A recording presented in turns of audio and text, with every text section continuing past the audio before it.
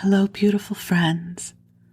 I am Laurel, Bleadon-Maffei with Illuminating Souls, welcoming you to this episode of Sleepy Bedtime Blessings, a podcast designed to help you rest, relax, and fall asleep,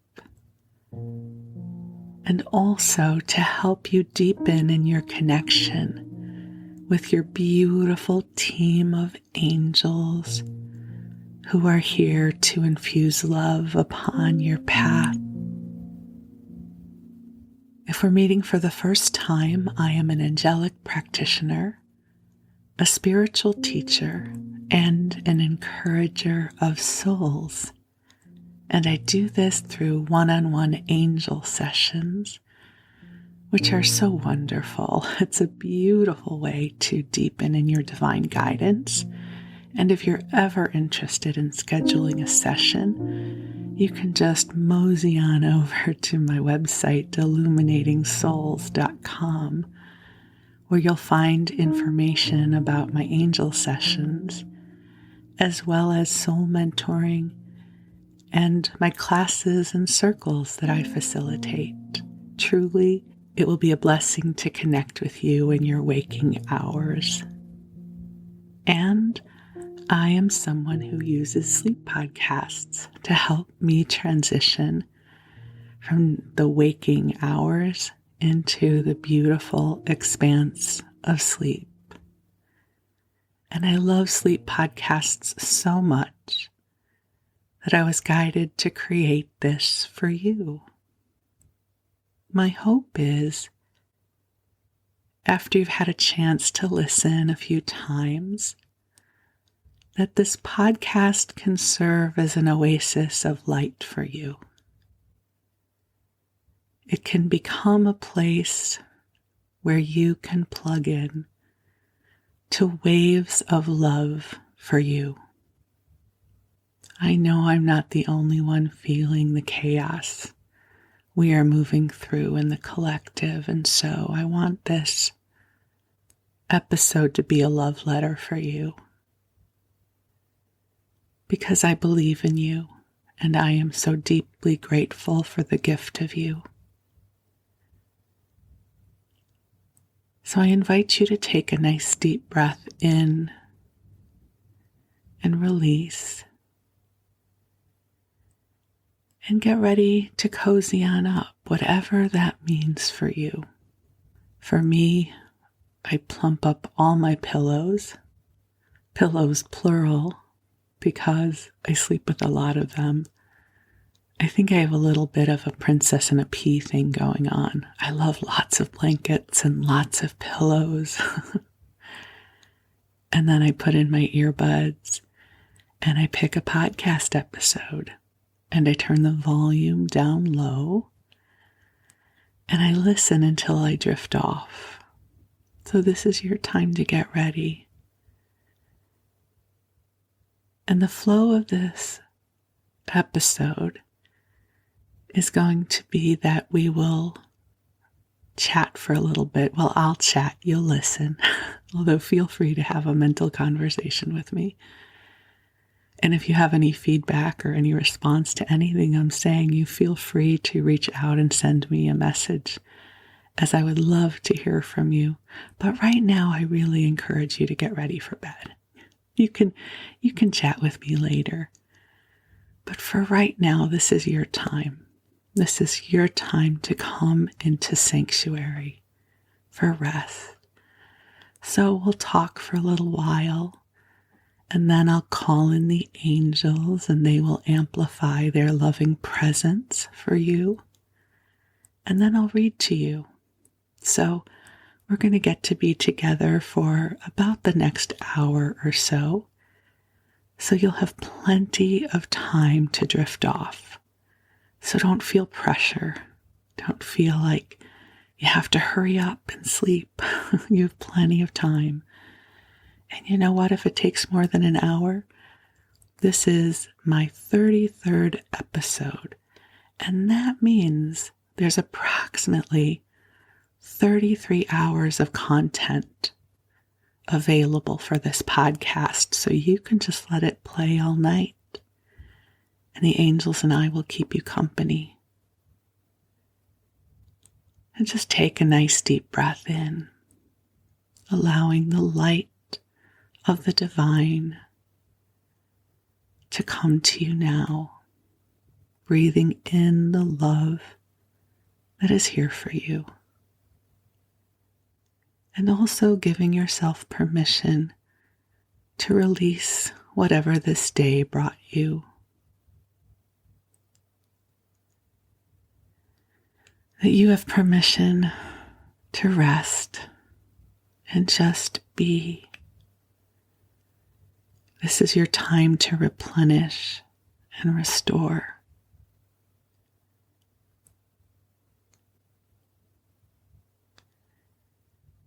And I'm going to invite the angels in to be with us. They are already here, but I'm a girl who loves ritual. I love the act of calling them in. There is something so powerful about that request and intention. And almost always when I call them in, I feel them here. And perhaps tonight you will feel them too. And it's okay if you don't. It doesn't mean they're not here. And if you're not someone who feels energy, I invite you to simply imagine. Go into your imagination and visualize the angels with you. The imagination often overlaps with the place where we receive divine guidance. It's not one and the same, but they do share some real estate. So I find that using the imagination as a gateway to angelic connections can really help. So, you take some nice deep breaths in and out. You cozy on up. Let your body relax, and I'll call the angels in. Beautiful angels on high, we invite you to join us here. We ask that you bring forward gentle waves of love in a way that it is calibrated for each of the beloveds who are with us now. And whether you are listening to this episode the week that it's released or listening even years later, the angels will always join you in live time because they are not bound to time and space in the same way we are. So beautiful angels on high, we ask that you bring forward a blanket of love, perfectly calibrated for each of the beloveds that are here. Angels, we ask that you bring forward soothing, nurturing frequencies that help our bodies and minds to relax, so that it feels easier to release the day that was and begin to drift off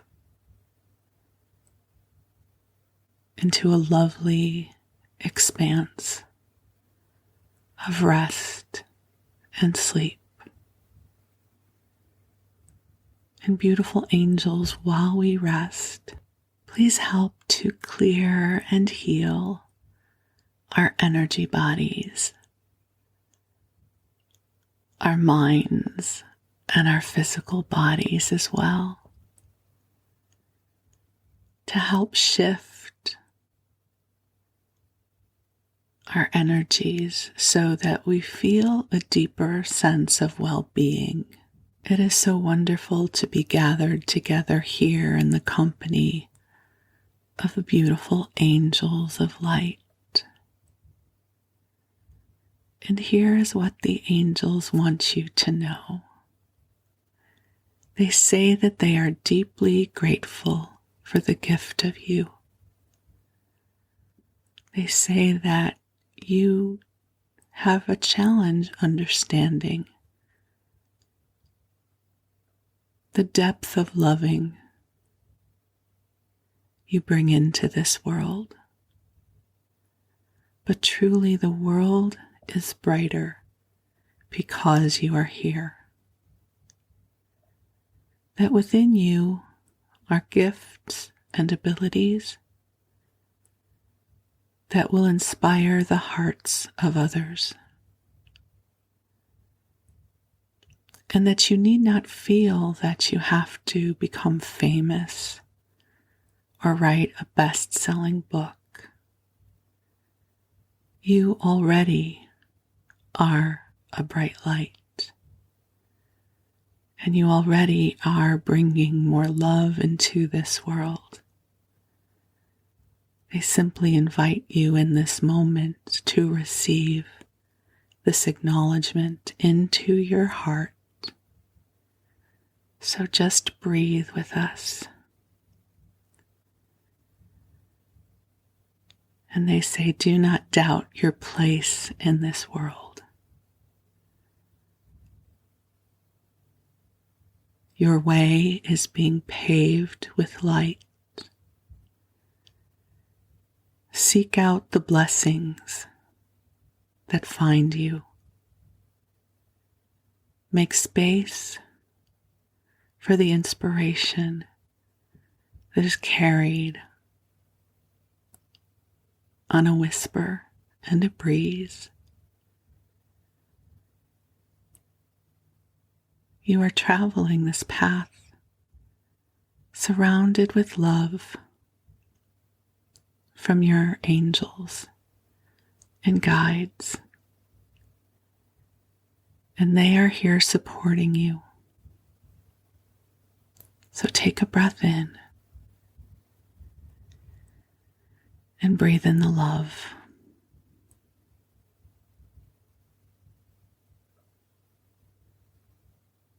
You know, we all carry the duality of shadow and light within us.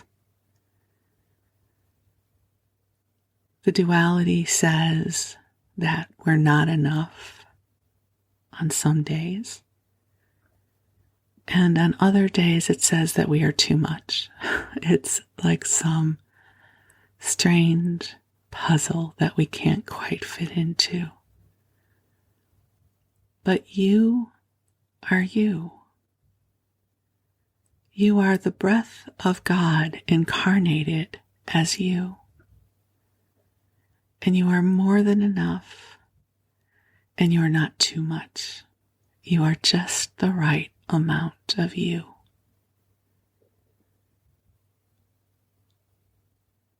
So take a breath and allow yourself to come into alignment with the brightness of your true spirit. One of my favorite affirmations, and it's one that Josephus and the angels love to work with us on, is so simple. It says, I now call forward all that I am. And it's based upon the premise that so often we send parts of ourselves away. We might send away our creativity or our magic because we judge that it's not enough.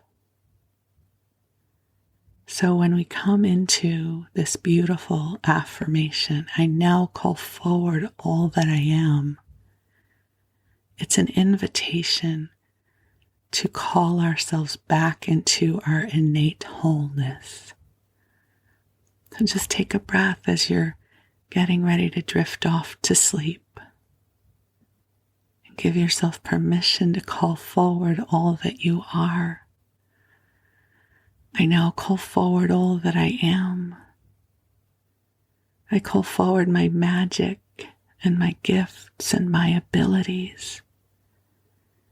And angels, while I sleep, I ask that you infuse me with inspiration and light to make it easier for me to walk upon my authentic path. And dear ones, just take a breath. Just breathe.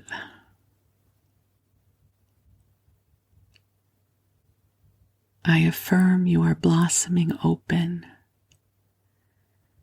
into a beautiful expression of even more of all that you are. Thank you for the brilliance of your light and the depth of your heart. We are so deeply grateful for the gift of you. So you just allow your body to relax and receive the clearing and healing light from the angels while you sleep.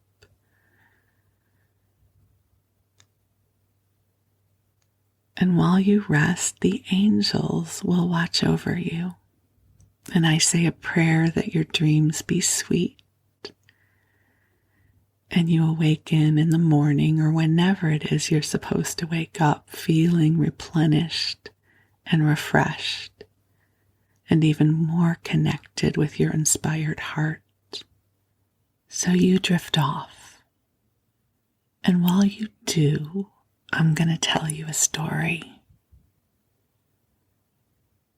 When I initially started recording this episode, I was planning on diving into another installment of the book, A Little Princess by Frances Hodgson Burnett. The last time I read this book to you was episode 18 back in January. And A Little Princess was one of my very favorite books growing up. And while I was reading it for this episode, it occurred to me how sad this book is. And growing up, I did not experience this as a sad book.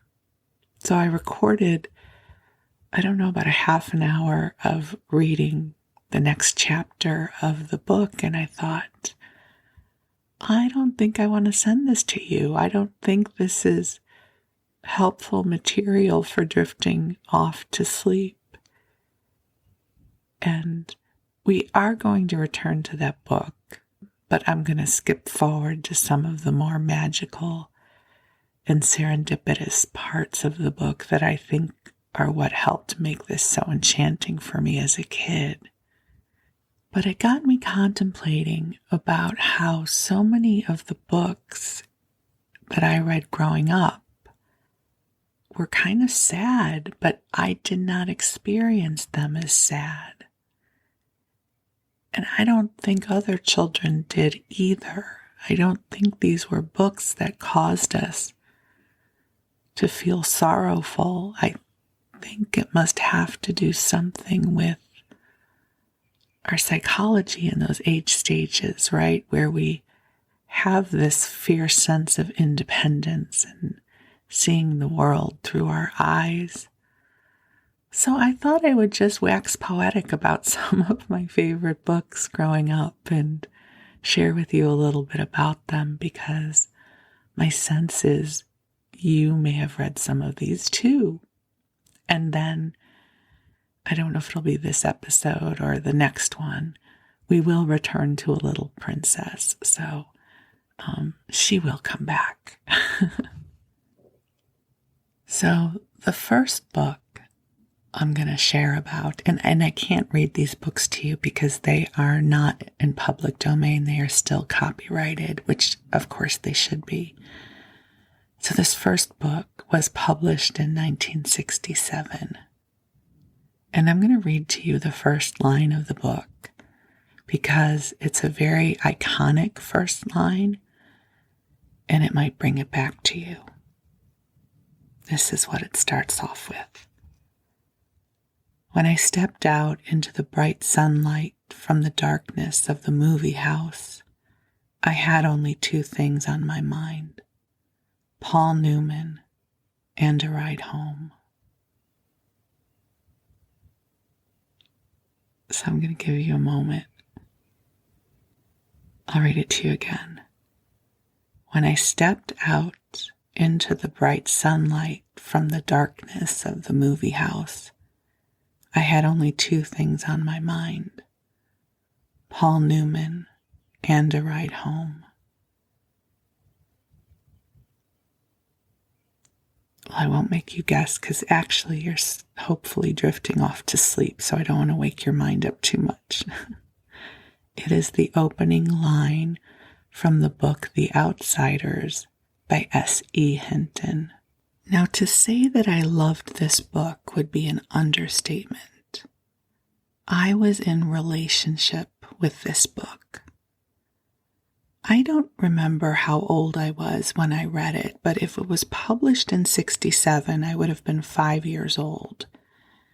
And I'm assuming I probably got this out of one of those Scholastic Fair book sales that we used to have at school. And this is how I seem to remember my age stage when I read the book. So, if you don't know what this book is, I will share with you the synopsis. There are 3 brothers: Pony Boy, yes, that's his name; Soda Pop, and that's his name; and Daryl. I don't know why Daryl gets a regular name and then there's Soda Pop and Pony Boy, but that's part of the charm of this book. Daryl is 22 or 23. Soda Pop is 16, and Pony Boy is 13 years old. Tragically, their parents were killed in a car accident, and to keep them from going into foster care, to keep the brothers from being broken up, Daryl decides that he is going to take responsibility for raising his 2 younger brothers. They have a very hard scrabble life, and the book is really all about their friends and the social difficulties there are between the greaser, they're considered the greasers, and the socias, who are the upper class kids at their schools, and there's a lot of darkness in this book, and kind of, there's not the romance of West Side Story, but kind of, West Side Story-ish, the 2 rival groups. Actually, you know what? I'm going to read to you the synopsis of the book from the inside of the flap of the book. I don't think I can get in trouble for reading that part to you. The Outsiders are a rough and swinging gang of long-haired teenagers from the wrong side of the tracks. They have little hope for the Mustangs and Madras shirts and all the rest of the material pleasures of the American life. Their mode of expression is violence, directed toward the group of privileged kids who are at once objects of their envy and their hatred. This is their story, and especially the story of Pony Boy, tough and sensitive, whose inner conflicts and fierce drives shape a moving novel of young people trying to find their place in a world they never made. And the book was written by S.E. Hinton when she was 17 years old, right? So she really understood the psyche of those age stages. So this book lived in me. It lived in me. These characters were a part of my inner landscape. And here's one of the things I find so fascinating about my relationship to the book. I must have read this book for the first time when I was about 11 or 12 years old, because this is what I recall. In the book, Pony Boy is 13 years old, and I remember thinking, why are they treating him like a kid? He's 13. So in my mind, he was old enough to make his own decisions, and he was old enough to go on his adventures and take on life and be the the driver of his destiny kind of thing. So to me, that reflects what I was thinking around 11 or 12 years old, that 13 was old, it was mature. Of course it is, right? And I've read this book, it must be at least 100 times, but I remember reading it again at some point when I was 16 years old, which is how old Soda Pop is. And again, I remember thinking Soda Pop was old and mature and Ponyboy was just a kid. Like, what did he know? Of course they needed to take care of him. And then at some point in my 20s, I picked the book up again for nostalgia. And I was horrified. I was like, oh my God, they're so young. Ponyboy is so young to be going through all of this. And poor Soda Pop, he's young. And then again, at some point, I watched the movie because if you haven't connected the dots yet, this became a very famous movie that Francis Ford Coppola made, and it's with C. Thomas Howell. It was like all the young actors of the time.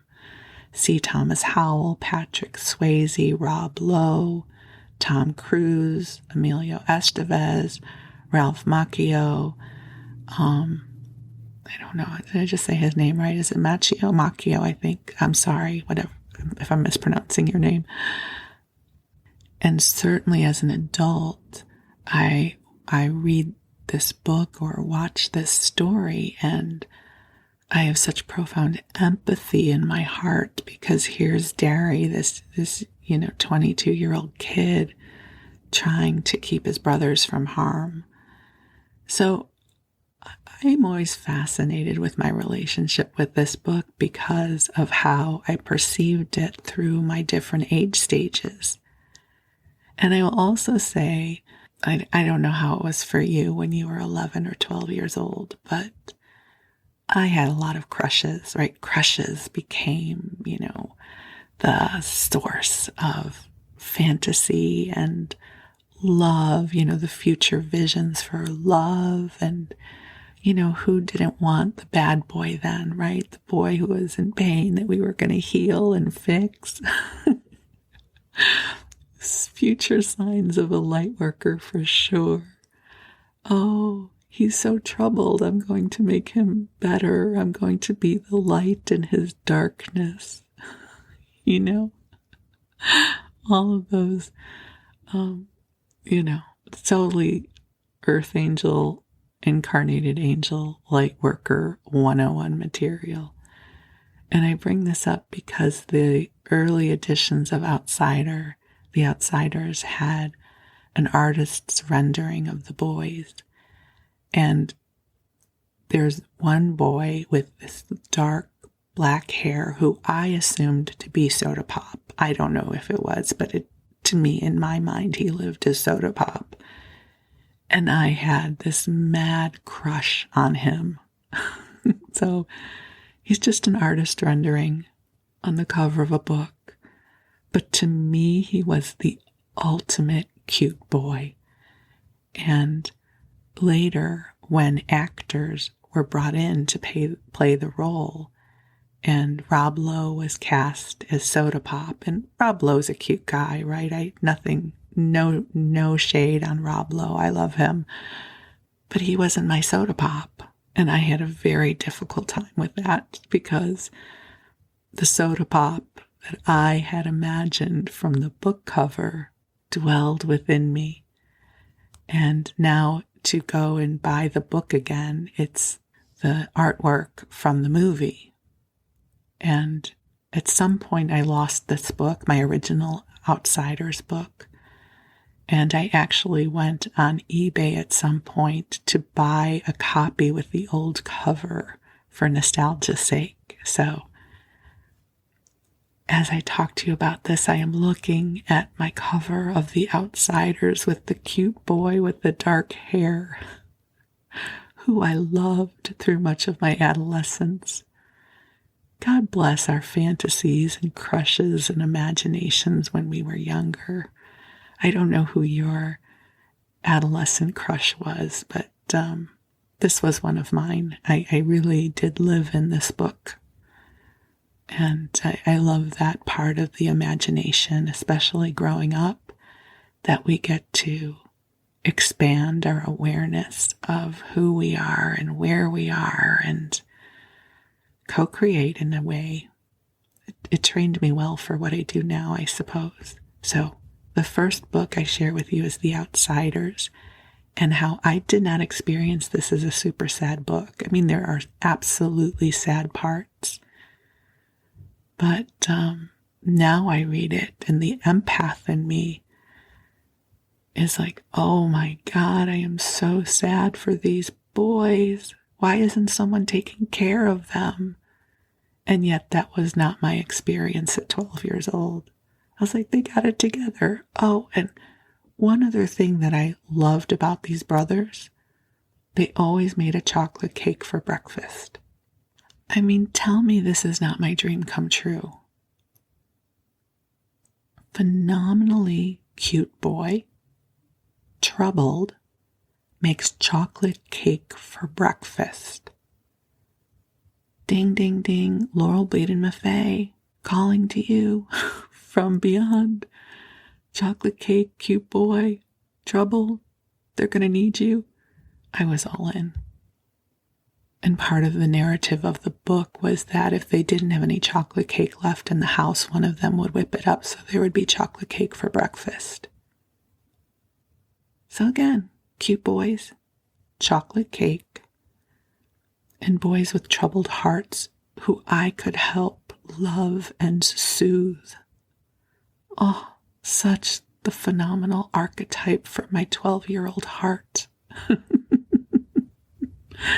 Okay, so that's the first book I want to share with you. The next book is a book you may not have heard of. I don't know how famous this book was. It's certainly not one of the books that everybody talks about now, whereas The Outsiders, I would imagine you have heard of before. If you didn't see the movie, maybe you read the book, or somehow it showed up on your radar. I don't know that this book did, but one of my favorite books, it's called From the Mixed Up Files of Mrs. Basil E. Frankweiler. And maybe it's Basil, I don't know. But in my mind, it was Basil, because I was a kid growing up in Skokie. So that's how it lived in me.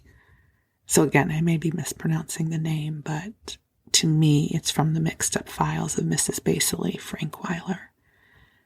And it is written and illustrated by E. L. Konisberg. Again, I hope I am pronouncing the name right. Again, I think this is one of those books I probably got from one of the Scholastic book sales. I know it won a lot of awards back then. So maybe you read it, I don't know. So Claudia and Jamie, I think, are about 12 and 8 years old. They're young. Claudia's the older sister. And they have had it with their parents. They are feeling unappreciated. And they feel as if they're being asked to do too many chores. They've kind of had it. And so they decide they're going to run away. Again, not a dark story. These kids were not being abused, but at that age stage, right, 8 and 12, at some point, we get fed up with the rules and whatever else is going on in life. I'm going to run away. I'm going to run away. I need to be on my own. If that ever was something you experienced, again, not based in any darkness, just more based in average kiddom, right? Average kid stuff. So their school class is going on a field trip to the Metropolitan Museum of New York, and they have it all figured out. The field trip happens to coincide with their music day. So they actually leave their instruments at home, and they put clothes into their music instruments. And when they get to the museum, they hide their music cases somewhere, and they arrange to stay behind so they don't get back on the bus with their class, and they stay behind in the museum. And this is where the adventure begins. So now it's nighttime, and they're alone in the museum. They have to be alone in the museum for this story to work, right? So I don't know where the guards were. I don't think they had, big security measures in place back then. And they hide their music cases like in the sarcophagus, and they bathe in the fountain, and they get loose change from the fountain because people would throw coins into the fountain. And so they would get change from the fountain, but not too much. And let me start it at night. So at night they would find a bed to sleep in because there was different kinds of antique furniture in the museum. And then they would make the bed up before anyone got in the morning. And then during the daytime, they would join one of the other school groups and learn more. And for their meals, because they had all of this change from the fountain, they would go to the automat, which is where you put coins in and then you would get food back out in New York. So everything about this book enchanted me as a kid, right? It's like, of course they want to go on their own adventure. And what kid didn't want to be alone with full run of the museum on your own? You'd take good care of stuff. Like you could sleep in the antique bed and it would be okay. You'd take good care of it. And of course you can bathe in the fountain and you'd brush your teeth. Of course you would take good care of yourself. Why were people treating you like such a kid? What a cool adventure. And then they find this beautiful statue of an angel. Again, no foreshadowing about my life at all, right? There's this beautiful angel, and there's this controversy about whether or not this is a statue that Michelangelo carved. And the statue was donated by Mrs. Basil Lee Frankweiler. So this is the mystery part of the book. So the kids decide that they have to figure out this mystery. And they wind up trying to meet Mrs. Basil Lee Frankweiler, which they do, to help discover the origins of this statue. So I'm not going to spoil the book for you. Clearly, they figure things out. It has a happy ending. They go back home. And the book doesn't really deal with how terrified their parents must have been or that the police were looking for them. It just kind of glosses over that because this is really a child's fantasy and not at all based in reality. So again, I think it's so interesting. My perspective of this book was that it was totally cool that the kids did this. Like, what a great idea. Why didn't I think of that? But I didn't necessarily want to put my parents through that, I guess. I mean, not that I would have ever really thought of doing that myself, but as a kid, I thought that was super cool. What a great idea. I don't know that I would have wanted to go to a regular museum, like with furniture and sarcophaguses and paintings. I don't know that I would have loved that. I think I would have loved to have gone to the zoo, right? Like have my version of Mrs. Basil Lee Frankweiler, but at the zoo, I would have loved. Or the Field Museum in Chicago, where they have all the dinosaur skeletons and mammoths and things like that. I thought that was really cool. So I could totally vision my version of this. I wouldn't have wanted to do it alone. I would have definitely wanted to have an accomplice, but I also couldn't imagine doing this with either my brother or sister. So that part of the book I couldn't interject myself into. But I loved the idea of taking a bath in a fountain and then getting change for snacks. Is that not awesome? Like, okay, I'm going to take my bath in the fountain when the museum is closed. I'm going to fill my pockets with change. And then I'm going to go get snacks. And there's an angel statue, which at the time I did not think was special. But I love looking back and going, oh, and the angel was there. Now, of course, the Laurel that I am, I care deeply about the angel. So that's my second book. That was one of my favorites. And then I had an absolute love affair, probably like all of you did, with Charlie and the Chocolate Factory. Yeah, like who did not love that book? And the Oompa Loompas and the Chocolate River. And when the movie was made, I was really disappointed, because a book like Charlie and the Chocolate Factory, especially for those of us who read it before seeing the movie, the wonderful thing about those kinds of books is they dwell in our imagination. There were a few artist renderings in the book, but that didn't necessarily build the visual experience of the book for me. Like that book lived in me. And little Charlie Bucket, who again, in my mind, wasn't too young. So again, I must have read that at a time when he didn't seem so young to me. And just the idea of being in the chocolate factory, was that not the most awesome thing ever? And I'm thinking that Charlie and the Chocolate Factory may have been the first non-picture book I ever read on my own.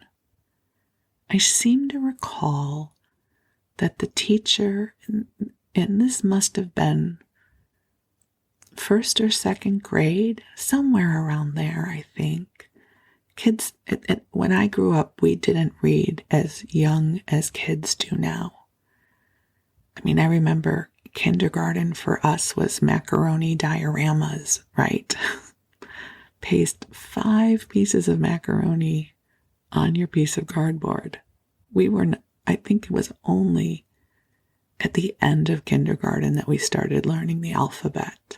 So I don't know that I started reading non-picture books before I was in second grade, maybe. And I seem to recall that Charlie and the Chocolate Factory was one of my first, if not the first, non-picture book that I read. And I was so proud of myself for reading a book without pictures. It was like a grown-up book. And then I read every book that I loved 1,000 times, right? Again, if you listened to the episode about the 1970s television schedule, we didn't have a lot of TV to watch back then. You read a book, you played, you did your thing, but it wasn't about getting constant visual stimulus like we do now. So our imaginations were where we dwelled a lot of the time. So just like The Outsiders, Charlie and the Chocolate Factory dwelled within me for a long, long time. And then in the same breath, I have to say the same thing with Charlotte's Web. I loved Charlotte's Web. And everything about that book I loved, and that book lived inside of me too. I don't have as many clear memories about that book other than it was definitely in heavy rotation in the books that I loved. I remember when the movie was made, it was animated as I recall, and I liked it. I don't remember it being the most awesome movie ever, but I didn't mind it, I seem to remember. And then, of course, there was James and the Giant Peach and Stuart Little. All of those books of the same era. And there was some book, I can't remember. I think it might have been called The Littles. Does anybody else remember this book about tiny little people with tails who lived in the walls of a house? So, like mice might, but they were people with tails. And they would use a spool of thread for a table. I think it was a whole series of books, again, brought to us by the friendly Scholastic book sale. And I remember loving those books. I think it was called The Littles. I don't know if anybody remembers. Feel free to email me and let me know. My hope is you're actually not awake right now listening to any of my rambles. I'm hoping this is dull and rambly enough that you can sleep through it. But if you're up, hopefully I'm amusing you. I'm keeping myself amused for sure. Other books that I loved as a kid, I was certainly heart and soul into Little House on the Prairie books. And this was before the TV series. I didn't have much of a relationship with the TV series. I mean, I watched it, but again, I had read all of those books dozens of times before it became the TV series, and so it really lived inside of me. In fact, I still have my book set of the Little House on the Prairie books. I had a really graceful childhood, I guess I'll say. You know, it's interesting when I go back and think about all of these books where there are absent parents or parents who have passed away and the tragedy of it. That never troubled me. And I don't know if that's because I had a really stable childhood. My parents stayed married. We lived in the same house. They had the same house for 60 years. So I never knew my life without my parents or my parents' house. And old books from childhood were still in the attic or in the closet. And so I've gotten to keep some of my memories from those times. So I do have my original Little House on the Prairie book set that I would sit and read through time and time and time again. And it's so interesting, the moments that stick out, how one winter they had to make bricks out of hay and how they had to wind them up and compress them because they didn't have wood. You know, all of these rustic survival skills that I would never be able to do myself because I am definitely, a fluffy bed kind of girl. But I remember thinking, oh, that's good to know.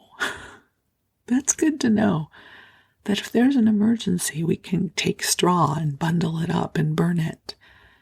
Not that we had any straw and not that we had a fireplace, but I felt kind of proud that I knew these survival skills, which of course would never help me now. I am far too soft. I mean, I get too hot and too cold too easily. I can't imagine living through those times. But I just loved those books, the Little House on the Prairie books. And there was another set of books, and I don't remember the name of them. It was about a Jewish family, because, we had to get some Judaism in there. And they were all daughters. And there was this one book, or maybe it's a chapter in the book, about how the mama had made soup for lunch. And the little girl didn't want to eat the soup. She says, no, I want something else. And the mama and the papa said, if you don't eat the soup, you can't have anything else. And it became this battle of wills. So the soup remained on the table through dinner, through the evening, and it became this congealed mess. And the papa said to the daughter, please just take one spoonful and this will be over. And finally the little girl acquiesces and takes a sip of soup. And everyone rejoiced. And then she got to have some food. And now that I think about that, that's really kind of sad. I don't know why, but that scene stays out probably because it's food-based. No one was going to keep me from a meal. Are you kidding? They weren't going to let her eat? That upset me. Not the absent parents, not the kids running away, but that this little girl couldn't eat what she wanted. That broke my heart. I was a little girl who had my priorities straight. That scene, that chapter sticks in my mind. How horrible it was that they made her take a sip of this greasy, congealed soup before she could eat something that she wanted. The horror of it. So I love this opportunity, my friends, to go into the Wayback Machine and feel into some of these experiences. I'm fascinated by our inner worlds. We all have one. It's a sacred garden of consciousness that dwells within us, and it's intensely private. We only share a very small percentage of our inner landscape. And for me, as I look back to the books of my childhood, it tells me and reminds me of how I was in consciousness back then.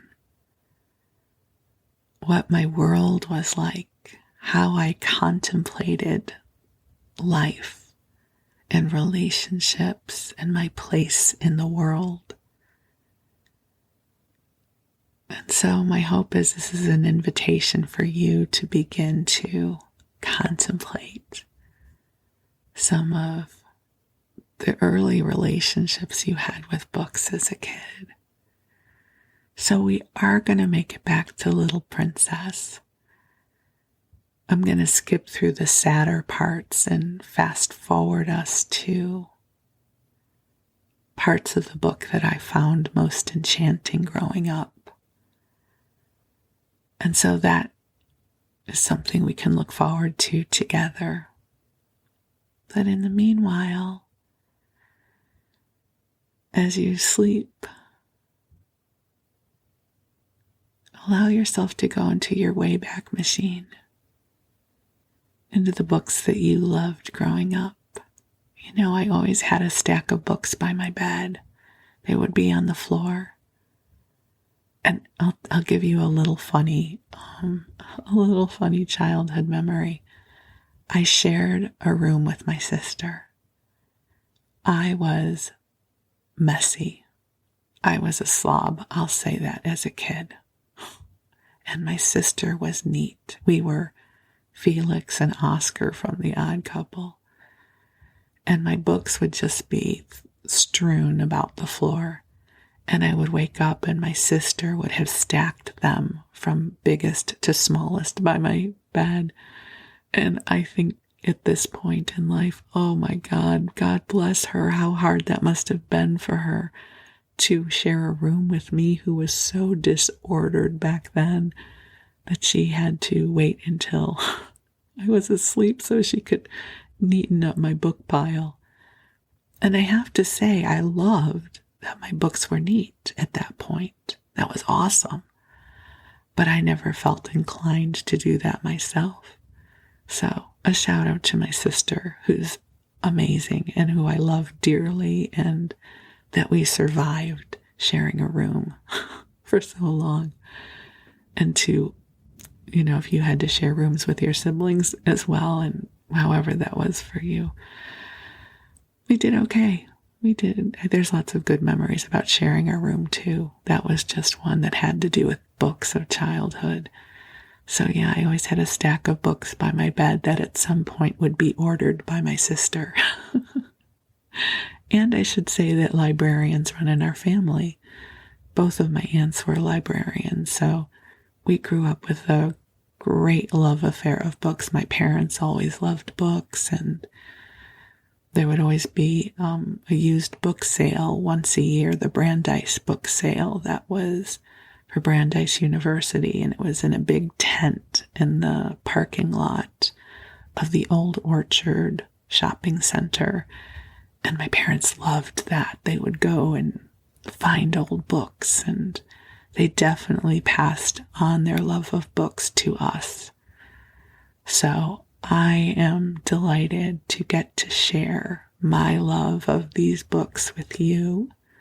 At some point, I'll do an episode of books that changed my life forever, but these were just the books of childhood that dwell within me and bring me a sense of warmth and continuity through my life.